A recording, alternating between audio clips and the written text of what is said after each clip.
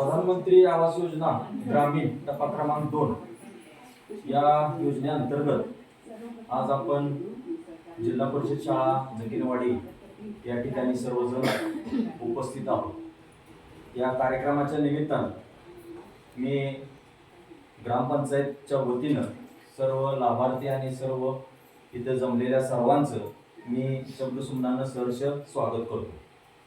आज प्रधानमंत्री आवास योजना ग्रामीण टप्पा क्रमांक 2 अंतर्गत 20 लाख लाभार्थ्यांना घरकुलाचे मंजुरी पत्राचं वितरण आता सध्या आपण या ठिकाणी पाहतोय।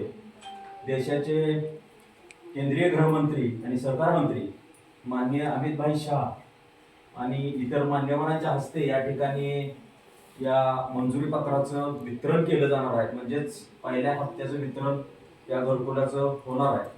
तर आपल्या गावातील सुद्धा अनेक यामध्ये काही लाभार्थी आहेत।